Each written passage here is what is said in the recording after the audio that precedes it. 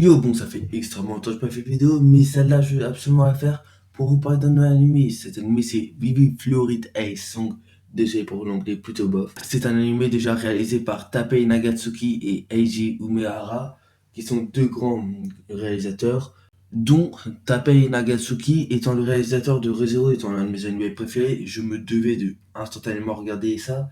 Donc du coup, je vais vous parler de son nouvel animé qui est, comme je l'ai dit, Vivi Florid Ace Song. Il est disponible sur Wakanim. En gros, on est dans un monde où il y a des androïdes et des humains. Bref, un monde science-fiction, sûrement du futur. Et dans ce monde-là, on commence par une scène où on voit toute une population tuée par les androïdes. Donc tu te dis, ouais, pourquoi, s'il te plaît, je ne sais pas. Et puis là, du coup, tu restes dans une intrigue dure et tu vois un scientifique dire, allez, hop, 100 ans dans le passé. Et c'est à ce moment où tu fais la connaissance d'une androïde nommée Vivi ou Diva. Et cette androïde-là est une androïde chanteuse dans un parc d'attractions qui n'a pas beaucoup de clients, tout ça, bref, inconnue limite.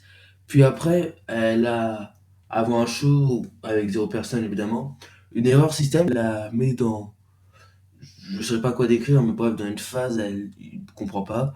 Et dans cette phase, elle voit une sorte de cube intrus, et ce cube va lui dicter des choses pour éviter plus tard la catastrophe qui se passera en tuant tout le monde. Le nom de cette IA, c'est Matsumoto, et cette IA devra donc éviter des événements qui ont mené à puis-je dire, la chute de l'humanité. Enfin, je ne suis pas sûr que ça soit tout l'humanité, mais bref, à une chute et à une tuerie d'énormément d'humains et la domination des robots. Bon, déjà, vous me direz pourquoi regarder certains animés. Je pourrais vous dire en premier que les musiques sont relativement bien dans cet animé, c'est une bonne animation.